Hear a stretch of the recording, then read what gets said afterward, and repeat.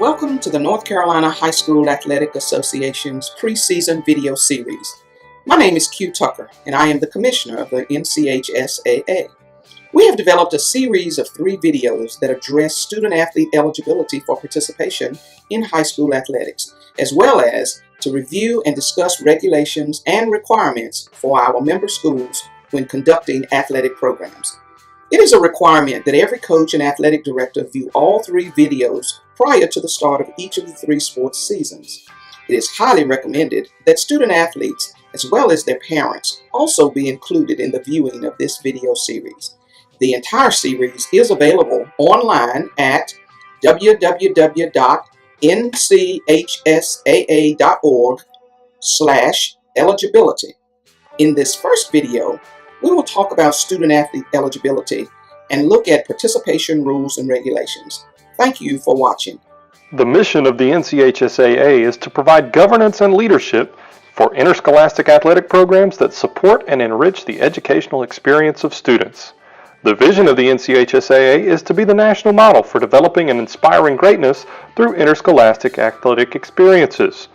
In this video, we will discuss student-athlete restrictions and how long they can participate in high school athletics, academic requirements, and enrollment and residence.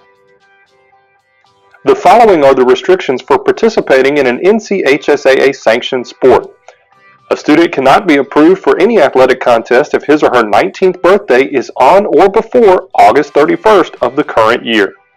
A student may be eligible to participate at the high school level for a period lasting no longer than 8 consecutive semesters, beginning with the student's first entry into 9th grade, or an overage 7th or 8th grade student's participation on a high school team, whichever occurs first.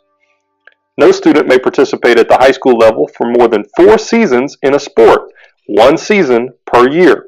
For example, a student could not play women's soccer in the fall in one state and then play NCHSAA women's soccer in the spring. After initial entry into 9th grade, a student cannot be convicted of a felony in this or any other state or be adjudicated as a delinquent for an offense that would be a felony if committed by an adult in this state or any other. A student must pass a minimum load of work during the preceding semester to be eligible at any time during the present semester. The minimum load for traditional schedule is 5 courses and 3 courses for the block schedule.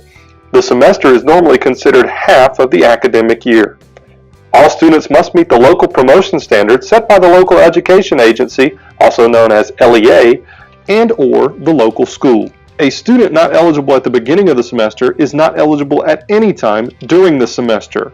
There is one exception. A student who receives an incomplete or is awaiting a final grade due to EOC retesting or any other state-mandated testing which causes him or her to fail to meet minimum scholastic requirements is ineligible until the course is satisfactorily completed. Once that is completed, eligibility is restored immediately. A detailed example of the NCHSAA academic requirements can be found in Section 1.2.5 of the NCHSAA Handbook. Local school systems may be more restrictive, but not less restrictive, relative to the academic requirements of the North Carolina High School Athletic Association. A residence of a student shall be deemed to be that of his or her parents, that of the sole parent, that of the parent with whom he or she lives with at the start of the first semester if the parents are not together. A legal custodian, this is a person or agency awarded legal, court-ordered custody of a child. A student may not have 2 residences for eligibility purposes. In order for a change of residence to be a bona fide change, at least the following facts must exist. The original residence must be abandoned as a residence, that is sold, rented, or disposed of as a residence, and must not be used as a residence by any member of the family. The entire family must make the change and take with them the household goods and furniture appropriate to the circumstances. The change must be made with the intent that the move is permanent. A student transferring from a member school to another member school within the same school system must sit out 365 days for athletic participation. However, the LEA could have a policy that allows immediate athletic eligibility when a transfer occurs. A student transferring from a member school in one LEA to another member school in a different LEA without a bona fide change of residence must sit out 365 days for athletic participation. Exceptions for immediate athletic eligibility for transfers from one LEA to another will be determined by the NCHSAA and, if necessary, the transfer committee. No student may participate at a second school in the same sports season except in the event of a bona fide change of residence of the parents or legal custodian.